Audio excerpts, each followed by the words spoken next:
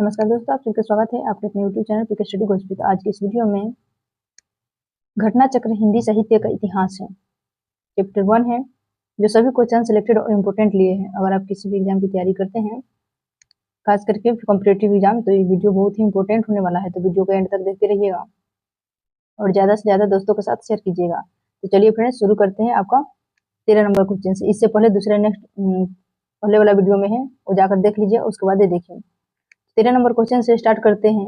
आपको 13 number question है, आंग्ल भाषा में लिखी गया हिंदी साहित्य का इतिहास, स्केच ऑफ हिंदी लिटरेचर के लेखक कौन है? तो ऑप्शन है ए पादरी एफ ई के, बी पादरी एडिसन ग्रिव्ज, सी गार्सा दत्तासी, डी जॉर्ज ग्रियर्सन। इसका सही जवाब है ऑप्शन नंबर बी पादरी एडिसन ग्रिव्ज। इसका डिस्कशन के साथ हम करेंगे, जो कि सभी क्वेश्चन सिलेक्टेड और इम्पोर्टेंट लिए हैं। तो चलिए इसका डिस्कशन करते हैं। आंग्ल भाषा में लिखा गया हिंदी साहित्य का इतिहास, स्केच ऑफ लिटरेचर के लेखक पादरी एडिसन ग्रिव्ज है। पादरी एफ ई के द्वारा लिखित हिंदी साहित्य का इतिहास the history of Hindi literature नाम से प्रकाशित हुआ था। The modern vernacular literature of Hindustan के लेखक जॉर्ज ग्रियर्सन हैं। ऐसे भी क्वेश्चन पूछ सकता है। दूसरा क्वेश्चन पूछेगा इसे कि the modern vernacular literature of Hindustan के लेखक कौन है? तो जॉर्ज ग्रियर्सन। नेक्स्ट क्वेश्चन देखिए। नेक्स्ट क्वेश्चन है 14 नंबर, ग्रियर्सन कृत the modern vernacular literature of Hindustan का हिंदी अनुवाद किसने किया? ऑप्शन है ए डॉक्टर किशोरी लाल गुप्त, बी डॉक्टर राम कुमार वर्मा, सी डॉक्टर लक्ष्मी सागर वार्ष्णेय, डी डॉक्टर जगदीश गुप्त। इसका सही जवाब है option number A doctor Kishori Lal गुप्त।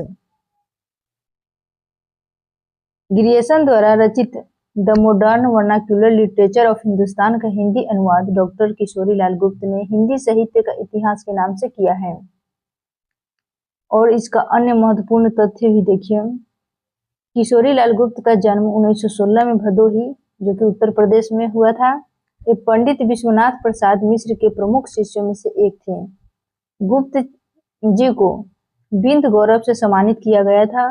गुप्त जी की कृति हिंदी साहित्य का प्रथम इतिहास हिंदी प्रचारक संस्थान वाराणसी से प्रकाशित हुई थी। किशोरी लाल गुप्त की अंतिम प्रकाशित कृति सूरसागर की टीका 4 खंडों में है। नेक्स्ट क्वेश्चन देखिए।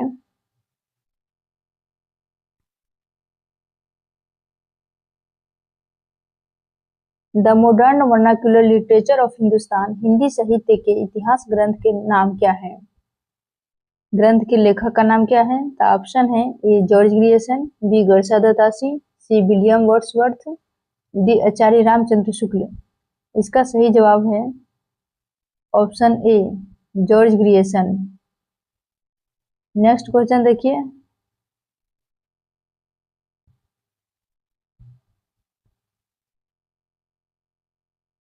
सोलह नंबर क्वेश्चन है, the modern vernacular literature of Hindustan का लेखक कौन है?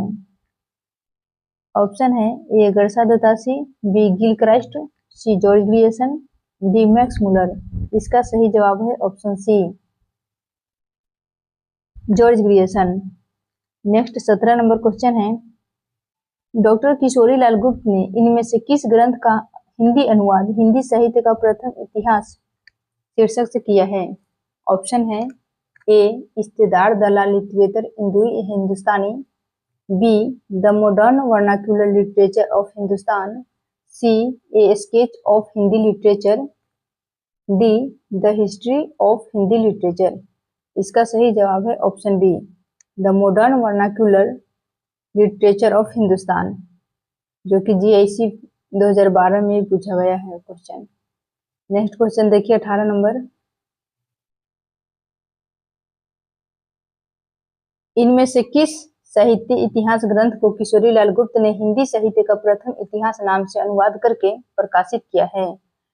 ऑप्शन है ए इस्तेदार दलालित्वेतर इंदुई हिंदुस्तानी को, ए स्केच ऑफ हिंदी लिटरेचर को, ए हिस्ट्री ऑफ हिंदी लिटरेचर को, the modern vernacular literature of northern Hindustan को। इसका सही जवाब है option D, the modern vernacular literature of northern Hindustan को। नेक्स्ट 19 नंबर क्वेश्चन देखिए, किस लेखक के इतिहास ग्रंथ में सर्वप्रथम हिंदी साहित्य का काल विभाजन मिलता है? तो किस में मिलता है? ऑप्शन है ए शिव सिंह सेंगर, बी महेश दत्त शुक्ल, सी मौलवी करीमुद्दीन, डी जॉर्ज ग्रियर्सन। इसका सही जवाब है option D, George Grierson. Hindi साहित्य का काल विभाजन करने वाला प्रथम इतिहासकार डॉक्टर जॉर्ज ग्रियर्सन है। उन्होंने आदिकाल की अंतिम सीमा 1400 ईस्वी तक मानी है। नेक्स्ट क्वेश्चन देखिए, किस साहित्य इतिहास के लेखक काल विभाजन के कवियों के नाम का सर्वाधिक उपयोग किया है?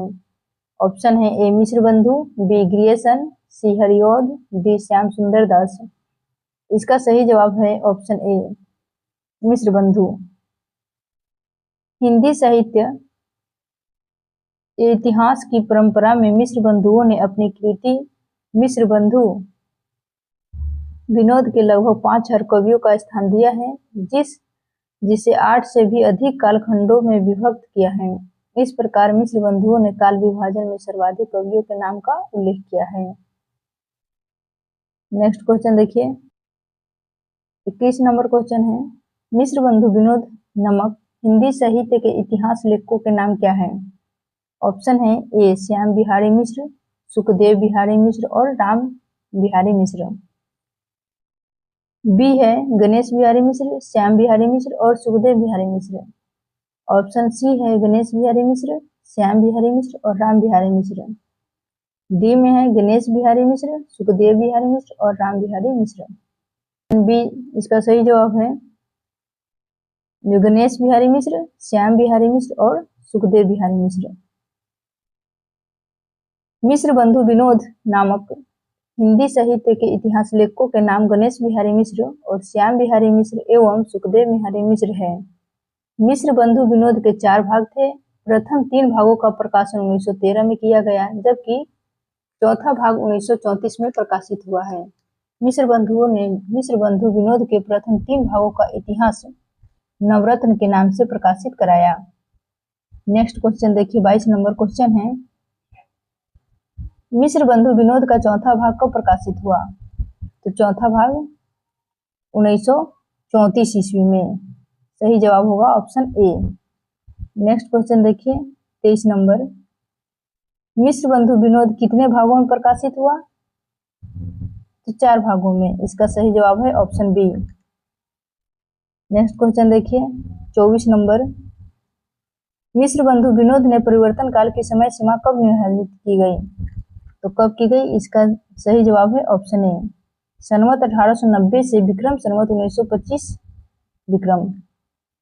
मिश्र बंधुओं ने मिश्र बंधु विनोद में काल विभाजन का प्रयास किया, जो इस प्रकार है। प्रारंभिक काल का है 700 से 1400 विक्रम संवत, माध्यमिक काल का है 1445 से 1680 विक्रम तक, अलंकृत काल का है 1681 से 1889, परिवर्तन काल का है 1890 से 1925 विक्रम तक, वर्तमान काल का 1926 से अब तक चल रहा है। नेक्स्ट क्वेश्चन देखिए, जितने भी क्वेश्चन है सभी क्वेश्चन टीजीटी और पीजीटी के लिए इम्पोर्टेंट है। तो चलिए नेक्स्ट क्वेश्चन करते हैं। 25 नंबर क्वेश्चन देखिए, आचार्य रामचंद्र शुक्ल ने प्रथम उत्थान का समय कब से कब तक निर्धारित किया है? इसका सही जवाब है ऑप्शन सी, 1868 से लेकर 1893 ईस्वी तक।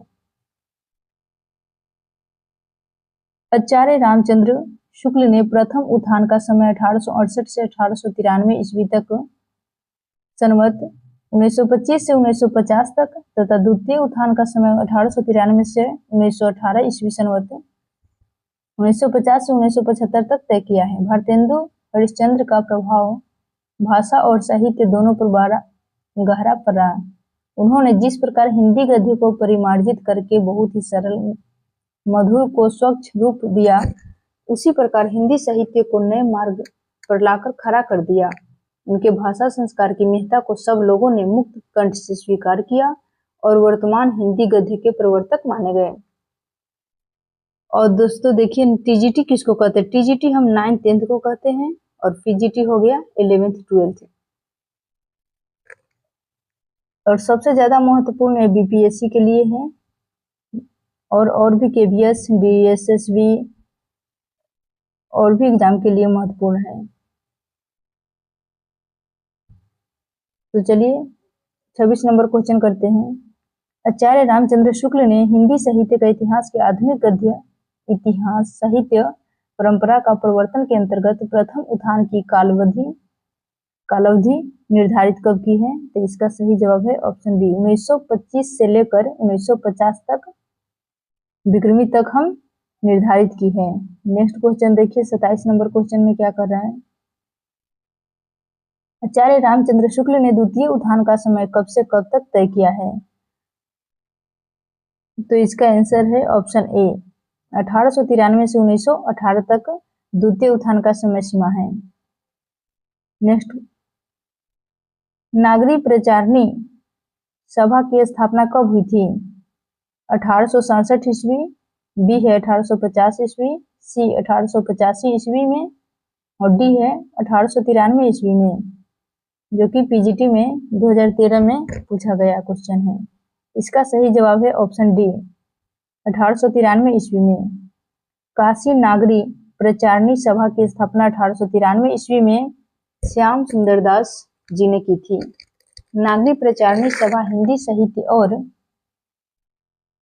हिंदी साहित्य और तथा देवनागरी लिपि का उन्नति एवं प्रचार एवं प्रसार करने वाली भारत की अग्रणी संस्था है। हिंदी साहित्य के नियंत्रण और संचालन में इस सभा का महत्वपूर्ण स्थान है। यहाँ से हिंदी शब्द सागर का प्रकाशन किया गया है। इस शब्दकोश के लेखक श्याम सुंदर दास थे। नेक्स्ट क्वेश्चन देखिए,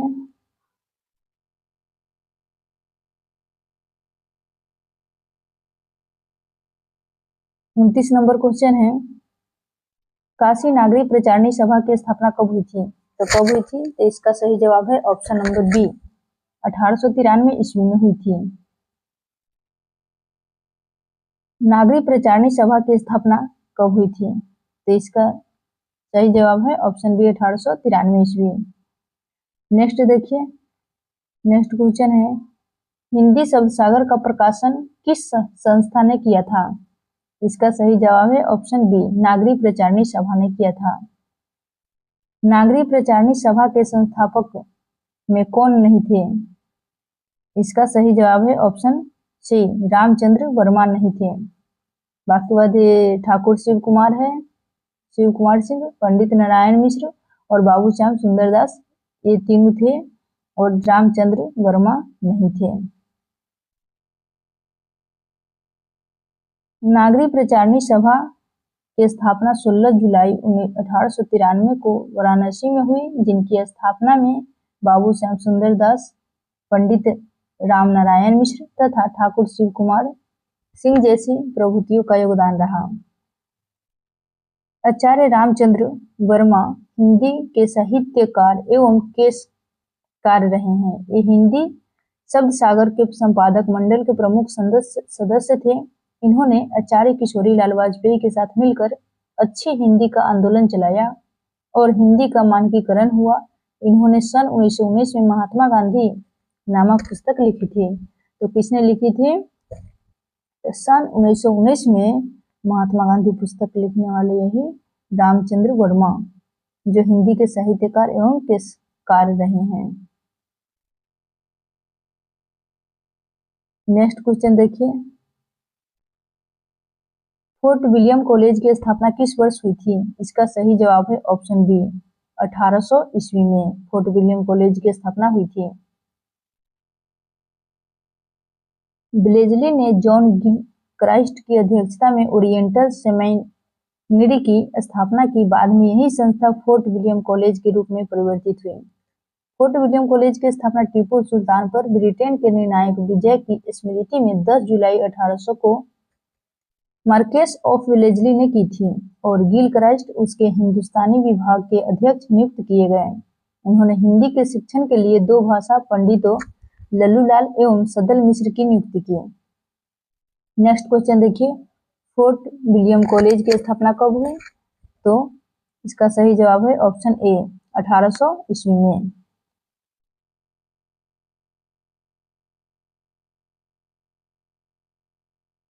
कलकत्ता में स्थापित फोर्ट विलियम कॉलेज के संस्थापक कौन थे? इसका सही जवाब है ऑप्शन ए जॉन गिलक्राइस्ट थे। सदल मिश्र की विशेषता, भाषा की विशेषता क्या है? तो इसका सही जवाब है ऑप्शन ए पूर्वीपन।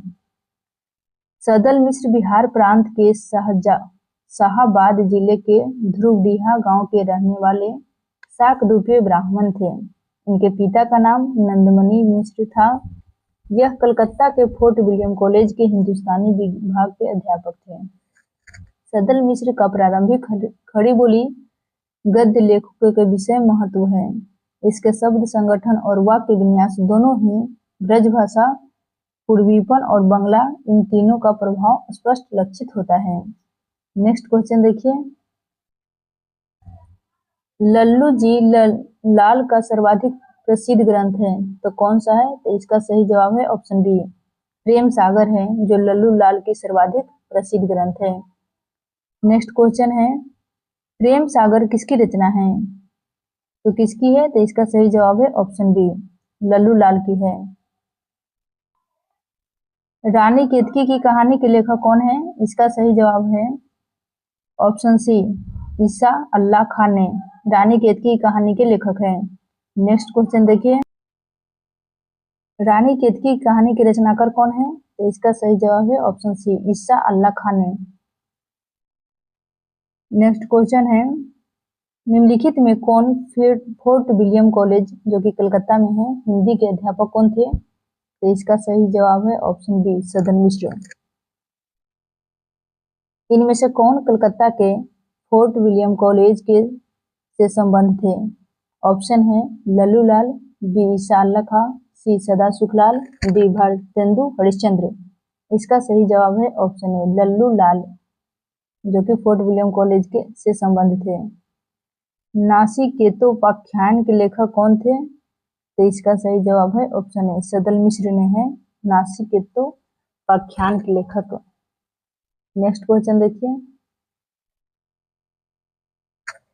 नासिकेतोपाख्यान के लेखक कौन है? तो ऑप्शन है डी सदल मिश्र।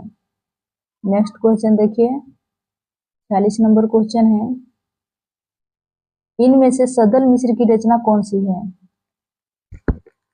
तो ऑप्शन है ए रानी केतकी की कहानी, बी प्रेम सागर, सी सुख सागर, डी नासिकेतोपाख्यान। इसका सही जवाब है ऑप्शन डी नासिकेतोपाख्यान सदल मिश्र की रचना है। उदयभान चरित्र के लेखक कौन है? तो इसका सही जवाब है ऑप्शन डी ईसा अल्लाह खां उदयभान के लेखक है।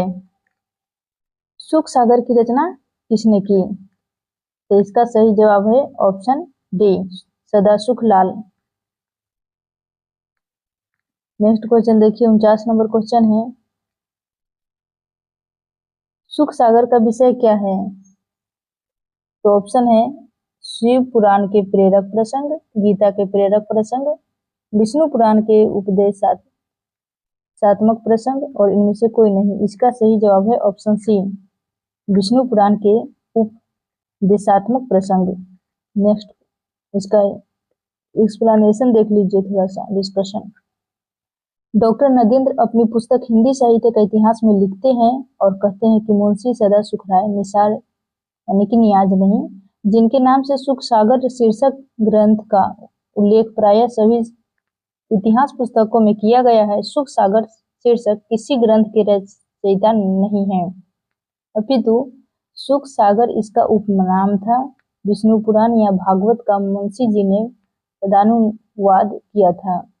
इनकी अन्य 2 गद्य रचनाएं अवश्य प्राप्त है, सुरसुरा निर्णय निबंधात्मक रचना जो कि निबंध है, और सर्जन दुर्जन का विवेचन और वर्तिका यानी कि बाबा दयालु दास के ध्रुवोपद भाष्य है।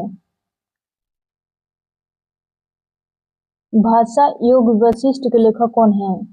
आपका ऑप्शन है ए राम प्रसाद बिस्मिल, बी रामाशंकर वाजपेयी, सी राम प्रसाद निरंजनी, डी इनमें से कोई नहीं। इसका सही जवाब है ऑप्शन सी राम प्रसाद निरंजनी।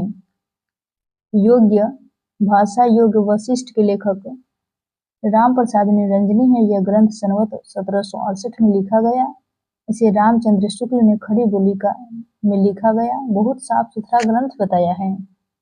अब तक पाई गई पुस्तकों में योग्य वशिष्ठ सबसे पुरानी है, जिसे गद्य अपने परिष्कृत रूप से दिखाई पड़ता है। इसे रामचंद्र शुक्ल ने खड़ी बोली का प्रथम ग्रंथ माना है। इसकी भाषा गुरुमुखी लिपि में मिलती जुलती है।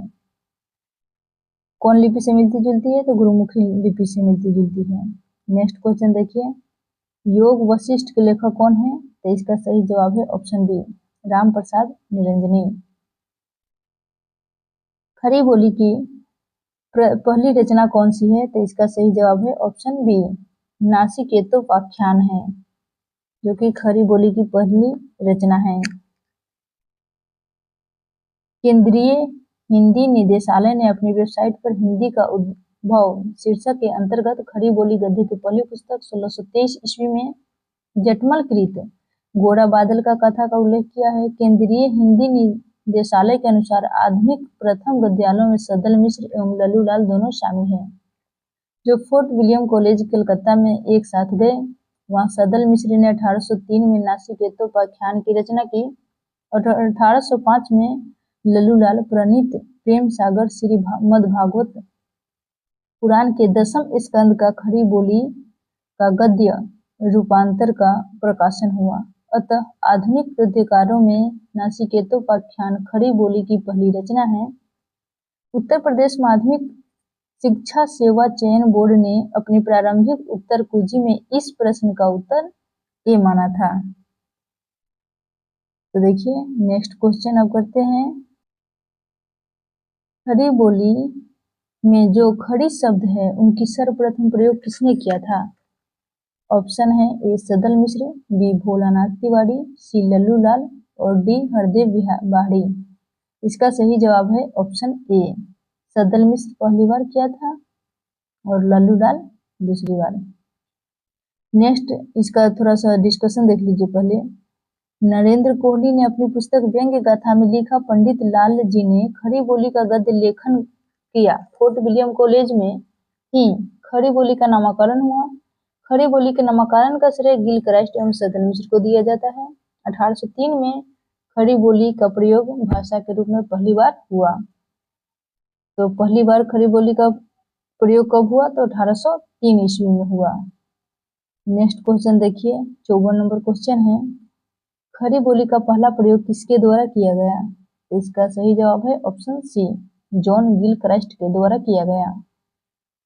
आधुनिक हिंदी साहित्य के इतिहास में राजा द्वैब के नाम से विख्यात दो रचनाकार के नाम बताइए। तो इसका सही जवाब है ऑप्शन नंबर सी राजा लक्ष्मण सिंह और राजा शिव प्रसाद सितारे हिंद। फारसी पढ़े लिखे लोगों ने जन भाषा को फारसी शब्दों में बोझिल कर दिया। इसमें खेमों का नेतृत्व कर रहे थे राजा शिव प्रसाद सितारे हिंद। इनकी प्रतिक्रिया में कुछ लोगों ने भाषा में संस्कृत शब्दों की भरमार कर दी।